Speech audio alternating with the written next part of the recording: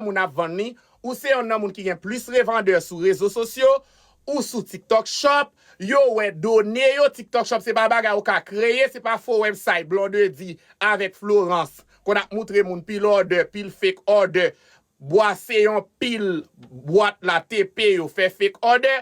TikTok Shop c'est celle plateforme. Moun nan order jodi TikTok Shop bon nombre de temps pour voyer order aller ou pas get voyer order aller TikTok Shop a prend l'argent dans account ou voyer bay moun nan après un bon 5-6 order.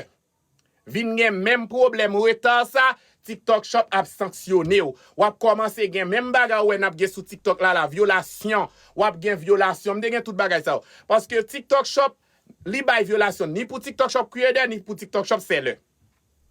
Parce que là où m'a fait TikTok Shop ça yo là, n'a pas m'a fait vidéo live encore pour produit yo.